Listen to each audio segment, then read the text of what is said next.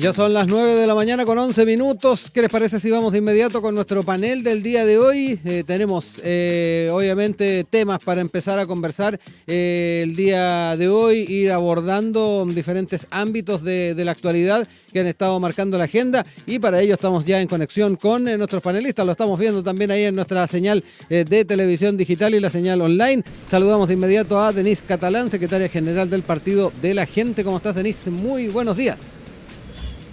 Muchas gracias por la invitación también. Y también saludamos a quien se incorpora a nuestros paneles. Está con nosotros el analista político, militante de Renovación Nacional y ex Ceremi de Vivienda y Urbanismo, Diego Silva. También lo saludamos. ¿Cómo estás, Diego? Muy buenos días.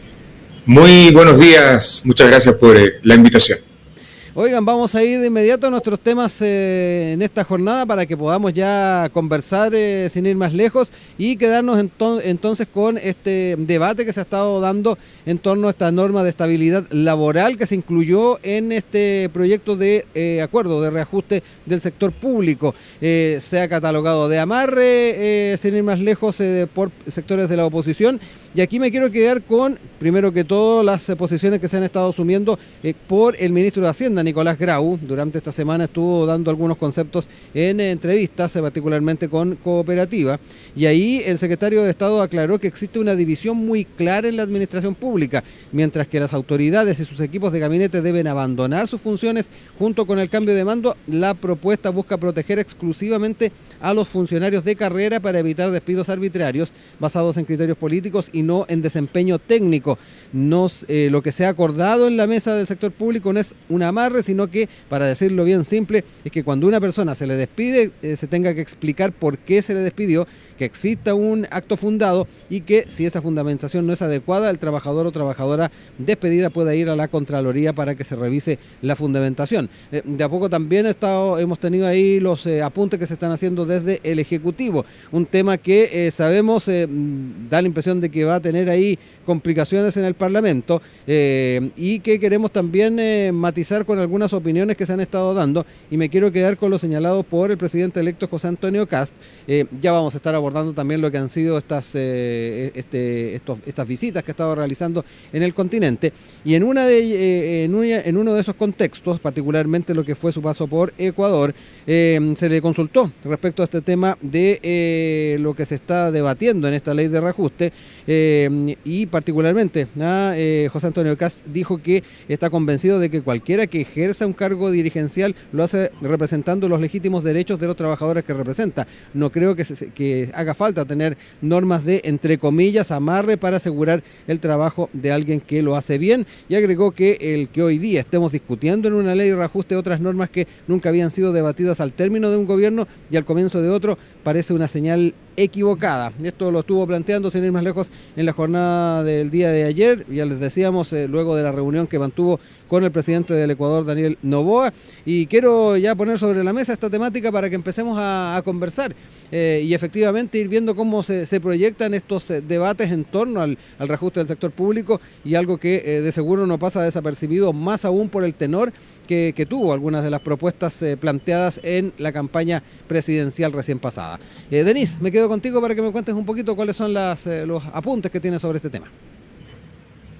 Mire, principalmente es para zanjar, esta propuesta va más que nada para poder zanjar un poco la incertidumbre que viven las personas en el sector público cuando no son cargos políticos. Ya cuando una persona tiene un cargo político, por obviedad, terminando el gobierno, terminando la alcaldía o la gobernación, son personas que van a salir y que saben que van a quedar desempleadas, que tienen que buscar trabajo o que tienen que ver alguna forma de poder subsistir. Pero hay personas de carrera que pueden tener una orientación política que es distinto a que sean cargos políticos, y que muchas veces llega un gobierno de turno, los saca por pensar que son netamente quizás opositores a su gobierno, etcétera. Pero hay mucha gente que entra en esta categoría que, ojo, es explícito de que no significa que no se pueda despedir a la persona. Se puede despedir a la persona, simplemente que tienen que explicar el por qué.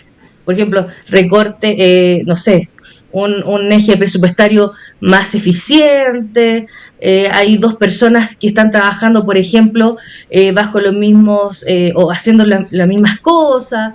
Entonces, uno podría ir dando una bajada de eso y si el gobierno quisiera despedir personas para ser más eficiente, debiese saber justificarlo. Yo creo que eso es lo mínimo. No lo veo como algo negativo, la verdad es que es algo que le va a dar bastante certidumbre, sobre todo a las personas que son de carrera, y ningún gobierno va a poder entrar y meter a toda su gente ni a toda la gente que ellos consideran expertos, porque es imposible. El aparato estatal tiene que seguir funcionando independiente del gobierno de turno. Y eso es algo que a veces nos ha costado entender, de que una cosa es el Estado y otra cosa es el gobierno de turno.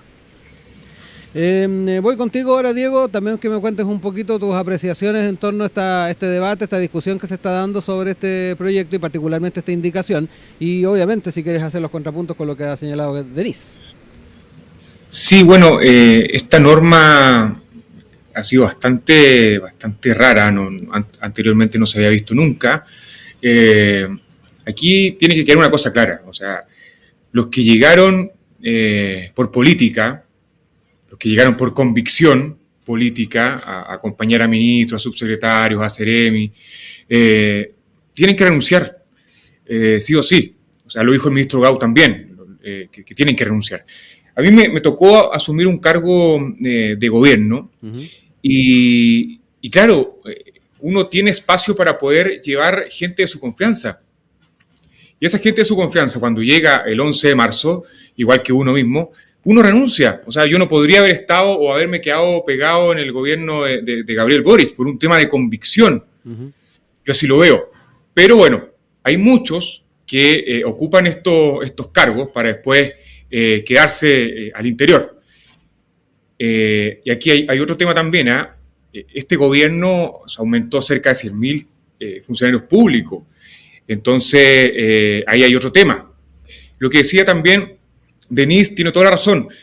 Hay funcionarios de carrera y los que hemos estado en el Estado, sabemos quiénes son esos funcionarios de carrera. Nosotros cuando estuvimos en el gobierno del presidente Piñera, sabíamos quiénes eran los funcionarios de carrera, cómo funcionaba, no se hicieron despidos. Aparte, para tú poder despedir a un funcionario público, tienes que pasar por... Primero, se rige el estatuto administrativo y tiene ciertas reglas para poder despedir. No es llegar y despedir a un funcionario público. Hay calificaciones, hay un montón, una seguidilla de evidencias que tú tienes que dejar para poder echar a un funcionario público. Entonces, no es algo tan fácil, para así decirlo. Y ahora esta norma, bueno, como te digo, insisto, el ministro Grau lo dijo, sería muy vergonzoso dejar a esta gente en el gobierno del presidente Kast. Denise, me voy contigo ahora para que también hagamos los nuevos apuntes y me quiero quedar también con lo que señalaba Diego recién en torno a que existirían reglas claras ya en el ámbito administrativo y no sería necesario avanzar en una propuesta de estas características. Me quedo contigo para que también puedas apuntar a aquello y contarme un poquito cómo ves las nuevas aproximaciones que se han hecho, particularmente con los argumentos de Diego. Parece que está congelada la señal ahí de Denise. Vamos a tratar de mejorar esa conexión para poder también ir entrando en esa misma temática.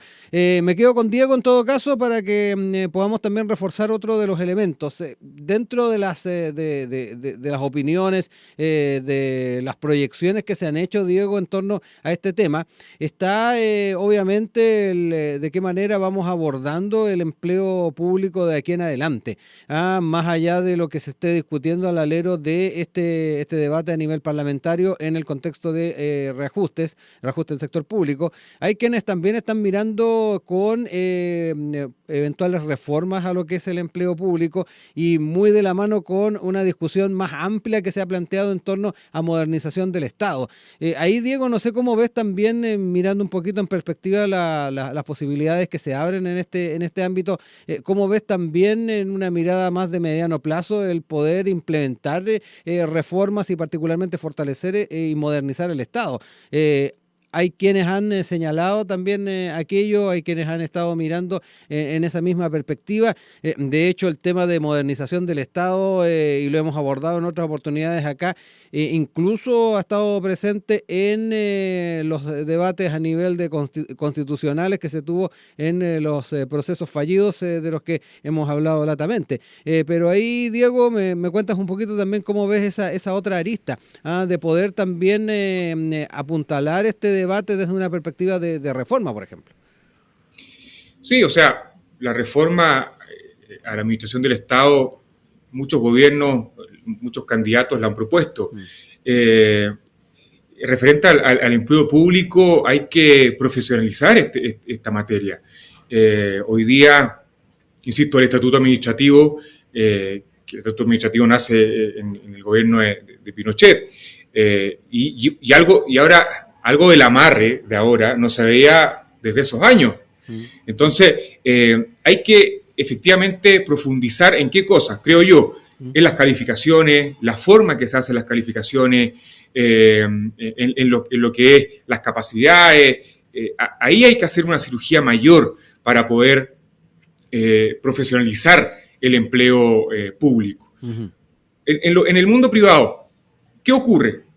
Ocurre algo totalmente distinto. Se están haciendo evaluaciones constantemente, se están sacando personas, están llegando personas, y creo que en el sector público eso también debería pasar, y hoy día no está pasando. O sea, las calificaciones hoy día que la jefatura mayor le pone a los funcionarios va a depender de muchas cosas, si le cae bien, si no le cae bien, y eso se da, y no estoy inventando, no es algo muy profesional, por así decirlo.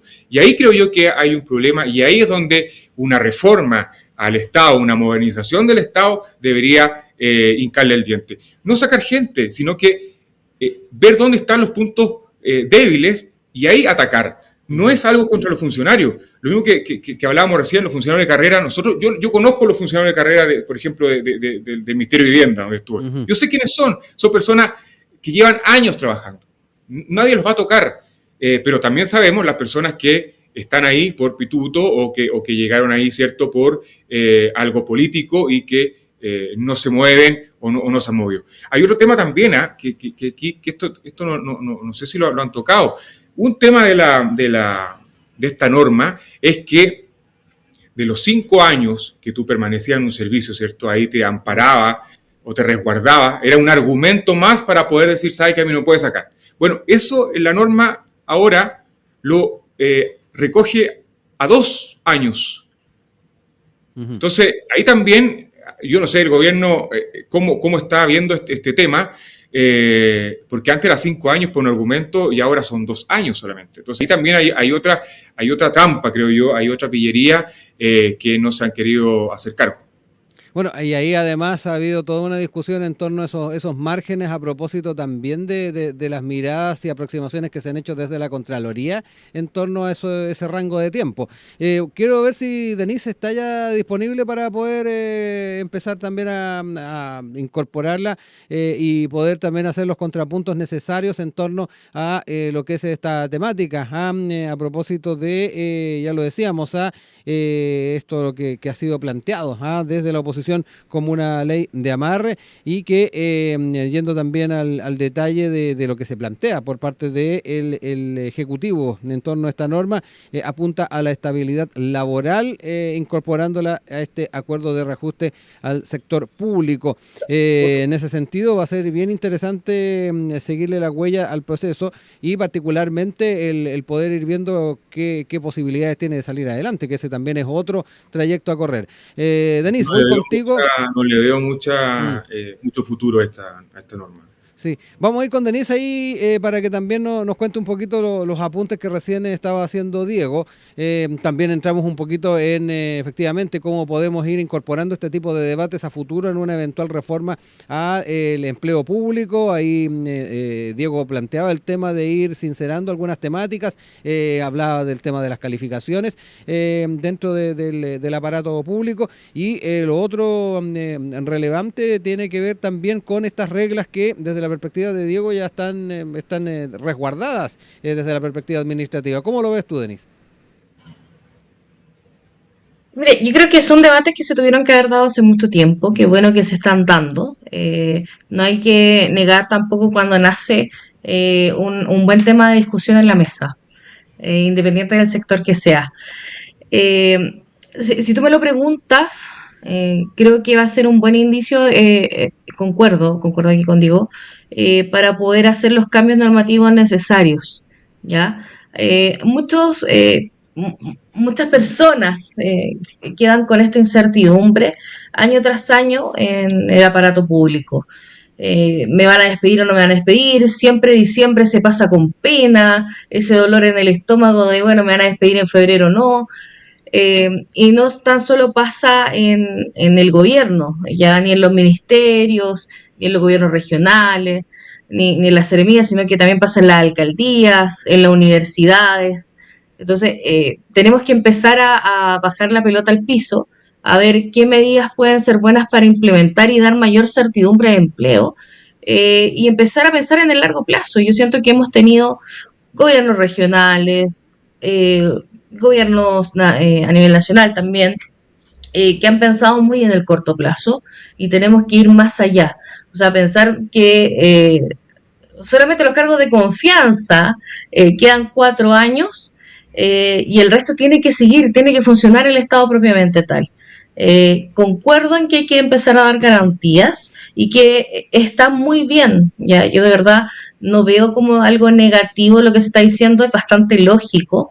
Yo creo que plasmarlo en la discusión pública hoy en día trae un poco de incertidumbre, porque lo primero que indica la oposición es, ok, me van a querer amarrar a algunos funcionarios públicos, cuando en realidad si el día de mañana llega un gobierno de turno y dice, ¿sabes qué? Esto no está siendo eficiente, hay muchas personas por un puro cargo, que es lo que se planteaba también dentro de lo que fue la campaña, se puede despedir sin ningún problema, ¿ya? Y se puede volver un Estado más eficiente. Pero yo creo que ha faltado mucho dejar de esta visión partidista que se ha tenido de cuando yo gobierno solamente con mi sector, y a tener una visión más de Estado. Yo creo que la oportunidad, tanto de Chile Vamos, que van a ser coalición de gobierno, como con republicanos, la gran misión que van a tener es ver si van a lograr tener una visión de Estado más que una visión partidista. Uh-huh. Diego, también ahí apunte respecto a lo que plantea Denise. Sí, yo lo veo desde la práctica, porque insisto, me ha tocado estar ahí. Tiene razón Denise, o sea, el tema partidista siempre está ahí metido. Pero mira, yo cuando empezó toda esta discusión, no me imagino, porque me llamaron, no me imagino un ministro llegando el 11 de marzo y que no pueda contratar un asesor, un jefe de gabinete. O sea, es algo, insisto, en la práctica sería muy raro. Entonces, aquí lo veo por un tema más de partido político también. Muchos de los asesores son de los partidos y llegan por confianza. Pero insisto, se vería muy feo si es que se quedan este tipo de personas, estos cargos full confianza, con una persona que llegue de un gobierno nuevo. Entonces, hay que tener una visión más de Estado, y yo espero que estas personas tengan una visión más de Estado y que renuncien el 11 de marzo, como así lo dijo el ministro, renuncien y obviamente dejen gobernar, si eso es. Les dejo tiempo para ir cerrando ideas. Denise, te dejo ahí tiempo para cerrar ideas en este tema. Sí, mira, particularmente que no quede con la idea de que va a ser una opción. O sea, a ver, aquí las personas el ministro que entre, va a entrar con su gabinete el 11 de marzo a poder cerrar los contratos, porque es algo que ya va a tener conversado, ya va a tener su equipo, y así como funciona en la práctica. Ya vienen con su equipo, sobre todo el núcleo central, y van a instalarse, a poder conocer, porque asumir de que las personas que entren van a conocer todo dentro del aparato del Estado es imposible. Incluso tenemos republicanos, que hay muchas personas nuevas, hay algunas personas que no, que quizás van a sonar como nombres importantes que no han estado en cargos públicos antes, y van a tener que reconocer primero el escenario, lo cual va a demorar que puedan hacer y realizar ciertas primeras acciones. En eso estoy totalmente de acuerdo contigo. El 11 de marzo nadie va a despedir a nadie. Ahí recién van a instalar, probablemente van a acordarse dónde están ciertas cosas en la oficina, y los días posteriores van a tomar determinaciones. Ya el pensar que esto va a funcionar casi como con la motosierra, ¿cierto?, de sacar a todo el mundo, eso no va a funcionar de esa forma. ¿Por qué? Porque el mismo Estado está diseñado para que no sea así, para que exista una normativa y esa normativa se respete, lo cual es bastante positivo para Chile. Esa es mi opinión respecto a este tema.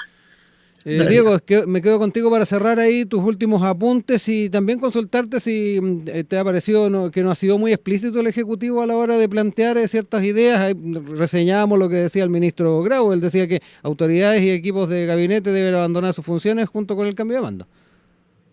Sí, yo encuentro que no ha sido muy claro la oposición hoy día. Y bueno, los mismos parlamentarios electos del oficialismo dicen que van a estar en contra de esta norma. Leía al secretario general del PPD, el señor Toro, que dijo que iba a estar en contra de esta norma. Entonces, al final del día, el Ejecutivo lo que hoy día está haciendo es ponerle una traba a el reajuste, que es el fondo, es el reajuste salarial para el sector público. Eso es lo que importa.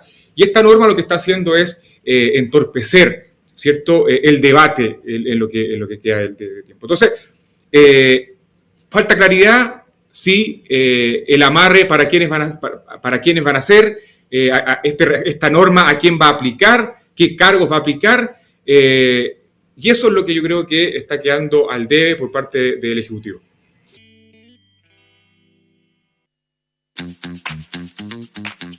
Ya son las 9:38, estamos de regreso con ustedes acá en Enlace USACH y seguimos con nuestro panel del día de hoy junto a Diego Silva, analista político, militante de Renovación Nacional, ex Seremi de Vivienda y Urbanismo, y también con Denise Catalán, secretaria general del Partido de la Gente. Los tenemos ahí sin ir más lejos en nuestra señal. Vamos a ir a otro tema y particularmente seguir la huella de la política internacional que se está proyectando por parte del presidente electo José Antonio Kast. Esto a propósito de los encuentros que tuvo en Perú y Ecuador, por un lado con el canciller peruano Hugo de Sela, que fue la escala que se hizo en Lima luego para arribar a Quito, Ecuador, y en ese sentido ya los medios de comunicación ayer adelantaban de que el presidente electo consiguió apoyo de Perú para evaluar un corredor humanitario. En ese sentido la segunda dice que gestiones previas de él y su equipo pavimentaron un respaldo de Lima, mientras estaba la expectativa de la reunión en Quito, donde se iba a estar también abordando temas vinculados con migración. Y en ese sentido quiero recoger también lo que trae el Mercurio el día de hoy sobre esta reunión que mantuvo con el presidente de Ecuador, Daniel Noboa. En ese sentido, José Antonio Kast señaló que el continente tiene que reaccionar. Lo que hemos planteado en esta gira es ver cómo se puede realizar un corredor humanitario para que las personas que están de manera irregular en Chile, Ecuador o Perú puedan volver a su patria. Y advirtió que las relaciones con Venezuela están cortadas y que no reconoce una dictadura. Por lo tanto, para nosotros es prácticamente imposible conversar con alguien que no ha respetado la democracia. Son algunos de los apuntes que ha hecho José Antonio Kast en torno a, obviamente, este planteamiento en torno a realizar o tener un corredor humanitario. Quiero además sumar dos puntos que trae también el Mercurio el día de hoy, que son las miradas de ex cancilleres. Por un lado, Heraldo Muñoz ha dicho que visitar países de la región para un presidente electo siempre es positivo. Claro, hay que ser prudente, pues no hay dos presidentes simultáneamente. Y agregó, no descuidaría la relación clave de Chile con Brasil. El presidente Lula es un pragmático cuando se trata de vínculos de Estado, una línea muy similar a lo que ha planteado Ignacio Walker, quien comentó que es importante la presencia en América del Sur, también es importante que en sus viajes al exterior el presidente electo se vaya alejando de la imagen de su pertenencia esta ola ultraderechista que recorre el mundo y cultivando relaciones de Estado más que afinidades político-ideológicas. Y ahí agregó Walker, debería visitar Brasil, en la línea de lo que señalaba Heraldo Muñoz, y también apuntó a México con la presidenta Claudia Sheinbaum. Quiero dejar todos estos elementos para que también comentemos un poco estos pasos en torno a política internacional del presidente electo. Diego, parto contigo para que me cuentes un poco también tus miradas en torno a este tema. Bueno, creo que está la línea correcta. El viajar a Argentina, el viajar a Ecuador, el hablar de este corredor humanitario le hace bien, ¿cierto? Lo que dice él mismo. Hay que hablar de este tema, hay que ponerlo sobre la mesa y accionar de una vez por todas. Este tema migratorio viene hace bastante tiempo. El gobierno actual en Chile no hizo nada y obviamente es ahí donde estoy seguro que José Antonio Kast va a poner el punto sobre la I. Pero aquí hay otro tema. Uh-huh. El tema es Venezuela también. Creo que ahí hay un tema que todo esto nace por Venezuela y el gran problema que tiene al interior con Nicolás Maduro. Entonces, yo creo que en este caso, porque lo dijo, hablaron del corredor humanitario, que es un corredor gradual, uh-huh. ¿Cierto? Es un corredor primero para voluntarios, hay que ver cómo se va a hacer, bueno, terrestre, aéreo, si es que se van a conjugar las dos, hay que ver cómo se va a plasmar esto. El presidente de Perú dijo que sí, que lo iba a evaluar, que se iba a ver. El canciller, efectivamente, en esta reunión que tuvo en el aeropuerto ahí de Lima con el senador Carter, el senador Vial, se abordó también esta temática, pero creo yo que José Antonio Kast, cuando llegue el 11 de marzo, va a tener, yo creo que la película clara y las conversaciones internacionales que debería tener un presidente a la altura, ¿cierto?, de este tema migratorio, porque, insisto, si no se le pone un punto a la I, créame que ya va a ser demasiado tarde. Denise, voy contigo también para que me cuentes un poquito cómo observas este escenario que se está planteando por parte del presidente electo, estas reuniones, y no quiero dejar de lado también los puntos que señalaban tanto Heraldo Muñoz como Ignacio Walker en torno a lo que tiene que ver con las afinidades. Ellos decían que hay que ir más allá, tal vez de Argentina, Perú y Ecuador, e ir conversando, por ejemplo, con un socio estratégico como es Brasil. Mira, lo primero es quedar sumamente claro que José Antonio Kast no puede ni representar al Estado, ni firmar acuerdos, nada hasta el 11 de marzo. Entonces, netamente lo que hoy en día estamos viendo son señales políticas que, a mi parecer, con una idea y propuesta irrealizable, ¿ya? ¿Y por qué lo digo irrealizable?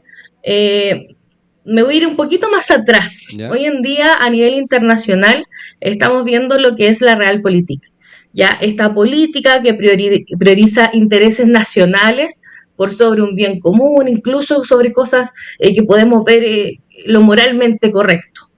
Ya va un poco más por el pragmatismo que me conviene a mí como nación poder hacer, y si es que me conviene lo que tú planteas, ok, vamos a acordar un acuerdo el día de mañana. Lo que está haciendo con el tema de este corredor humanitario en Perú, entrarían, ¿cierto?, por Perú, tendrían que pasar por Colombia, Ecuador, y es ahí el problema. El gran problema va a ser la incertidumbre política que ha tenido sobre todo en los últimos años Perú, ¿ya? En donde tenemos que recordar también que hay 4 presidentes que no han terminar su periodo. Y esa incertidumbre política va a pesar para Colombia, va a pesar para Ecuador. ¿Por qué? Porque ningún país va a querer ser el país de espera, ¿ya? En donde puedan quedar todas estas personas que van a pasar por el corredor humanitario y queden a la espera y sea un conflicto para esa nación. Por eso que veo esto como una idea política bastante importante, ponerla sobre la mesa, ¿cierto? El poder ir a conversar, pero en la práctica va a ser irrealizable poder llegar a ese acuerdo. Sobre todo considerando el tema de la incertidumbre política que tiene Perú. Tenemos ese factor con el presidente interino, además de Perú, el presidente Gerí, que es bien importante también ponerlo en el contexto. Diego, no sé cómo ves también las aprensiones que manifiesta Denise y particularmente la practicabilidad en un escenario en Perú que sabemos que está un poco líquido. Sí, mira, lo bien lo decía Denise, son señales y son buenas señales. O sea, creo que Latinoamérica, el continente, nuestra región necesita ese tipo de señales, porque hasta ahora no hay ninguna señal. Vuelvo a insistir, para mí el problema de fondo es Venezuela. Uh-huh. ¿Ah? Y claro, se mezcla lo que tú decías, la política, ¿cierto? La política con Brasil, con el presidente Petro, que obviamente va a encontrar un portazo, lo más probable, a este corredor humanitario, pero creo que son buenas señales, son buenos temas para poner sobre la mesa y para empezar a avanzar en este tema. Brasil efectivamente es presidente Lula es uno de los grandes presidentes que tiene la región, uno de los países más poderosos que tiene también, pero creo que en este tema hay que poner el tema migratorio por delante y tratar de evaluar. Yo creo que, mira, si José Antonio Kast, si los presidentes se ponen de acuerdo más adelante en un corredor humanitario coordinado, ¿cierto?, de buena manera, con las reglas claras, no podría por qué un presidente de izquierda negarse, ¿cierto?, a este corredor humanitario. Pero insisto, ¿hacia dónde? Los venezolanos, que es la mayor cantidad de migrantes. El problema no está en el corredor humanitario, en el corredor. El problema está en el destino, que es Venezuela. Quedemos también con ese otro factor, Denise, lo señalaba Diego también en su anterior reflexión, cómo miramos también el escenario en Venezuela. Recordemos que hay ahí obviamente las acciones que se están desarrollando por Estados Unidos en las costas de Venezuela, hay ahí cierto temor a una acción de mayor escala, se está muy a la expectativa. Muchos se recuerdan también durante los debates los planteamientos que hacía el presidente electo en cuántos días quedaba también para que se mantuviera Nicolás Maduro en el poder en Venezuela, que es un tema también que hay que ir viendo en perspectiva cuánto puede cambiar el escenario en una eventual salida del mandatario venezolano. ¿Cómo ves también ese punto? Yo creo que vuelvo a lo mismo. Yo siento que sobre todo José Antonio Kast, republicano, la oposición, la que hoy en día es oposición, ha sido bastante crítica con las buenas intenciones que ha tenido el gobierno y que nos hemos quedado solamente en buenas intenciones. Ahora, si tú me preguntas honestamente, a nivel operativo, a nivel de poder realizar una idea, yo creo que este corredor humanitario no es nada más que una buena intención. No va a poder llegar a puerto, ni siquiera por un tema de un gobierno de izquierda o de derecha, porque esto no tiene que ver con ideologías políticas. Hoy en día lo que menos se está pensando en la política internacional son el tema de las ideologías políticas. Pero sí me pesa cuánto me va a afectar a mí como nación el poder ayudarte a ti con un problema que tú tienes. ¿Ya? Si bien va a ayudar también a que estos países puedan tener una pasada más rápida, operativa, pero si tenemos tanta incertidumbre, sobre todo te pongo el tema de Perú, te puedo poner el tema de Colombia, que el próximo año debiesen tener elecciones, si mal no lo recuerdo, sí. No sería un problema Petro, por ejemplo. Uh-huh. Pero la política hoy en día a nivel internacional se está viendo cuánto me va a beneficiar a mí. Y hoy en día países como Colombia, Ecuador, incluso con la incertidumbre que tiene Perú, van a analizar si van a querer ser un país de espera. Uh-huh. Que eso es lo más complejo. Entonces yo creo que esta iniciativa en sí es nada más que quedarnos en una muy buena iniciativa, que no va a tener no va a poder terminar un puerto, y si llegase a terminar, podríamos vernos involucrados en un conflicto que no lo vimos venir desde antes. Porque te digo, va a quedar más de algún país, tal como tú lo decías, yo estoy completamente de acuerdo. Si no se incorpora a Venezuela, por ejemplo, va a uno de estos países a quedar como un país de espera. Y eso nos va a traer un coletazo el día de mañana. Entonces yo creo que esto hay que dejar las buenas intenciones de lado, ver realmente qué se puede aplicar y qué no, que hay normativamente para poder aplicarlo. Vuelvo a decir, esto es un enfoque netamente político, ¿cierto? Una señal política, pero no veo nada más que buenas intenciones, nada realizable ni concreto, perdón, en el tiempo. Y eso es bastante preocupante. ¿Por qué? Porque si fuese una idea o propuesta concreta que se puede realizar, yo te digo, yo no tendría ningún problema en darle todos los créditos del mundo y decir, ok, vamos con todo, hay que ir a buscar este corredor humanitario, porque podemos hacerlo y también podemos descongestionar nuestro país, que es por eso que lo estamos haciendo, porque nosotros tenemos un problema, pero también tenemos que ser realistas en que los otros países no tienen por qué decir, ok, hagamos este acuerdo, y tener esta incertidumbre si van o no a ser un país de espera. Vamos cerrando ideas. Diego, te dejo ahí la palabra. Particularmente ahí Denise resalta o nuevamente subraya el tema de el tema de ser país de espera, que de alguna manera podría ser complejo independiente de quienes estén en la presidencia o en la administración de cada uno de estos países. Sí, bueno, yo me quedo con lo que dijo el presidente Perú y lo que dijo José Antonio Kast, sus equipos, que esto sería algo, primero hay que evaluar la fórmula, hay que hacer todo este tipo de evaluaciones para que no ocurran este tipo de cosas. Yo no me acuerdo de un corredor humanitario hace muchos años, por ende no creo que esté la experiencia en esta fórmula, pero está la idea, se puso sobre la mesa y tengo fe de que tal vez se va a llevar a cabo en algún momento, insisto, bajo la fórmula que ellos mismos plantean, algo gradual, algo voluntario, si es que va a ser a través de aviones o fórmula terrestre o mixta. Esa va a ser la fórmula que lo más probable se va a evaluar. Entonces, yo lo veo con buenos ojos, veo que es una muy buena señal para el país, una muy buena señal para el presidente electo José Antonio Kast, que está tomando, ¿cierto?, estos temas y que los va a llevar lo más probable a su gobierno. Denise, te dejo ahí tiempo también para cerrar el panel. Yo soy una convencida que Chile se merece más que buenas intenciones.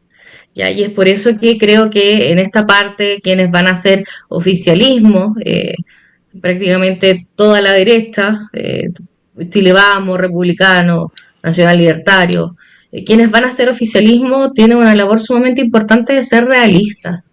Yo creo que el chileno común y corriente está aburrido de que me digas vamos a hacer A y tenemos todo para hacer A y en el camino no fueron precavidos, no plantearon bien los procesos y resulta que no vamos a poder hacer A, sino que vamos a tener que hacer Z, algo totalmente distinto o quizá ni siquiera se puede hacer. Entonces yo creo que lo primero que Chile se merece es honestidad y es poder decir, ok, en esta pasada yo considero, y de verdad que soy una convencida de que es algo imposible de hacer en la práctica y que va a costar mucho, probablemente es algo que ni siquiera sea realizable en el gobierno de José Antonio Kast.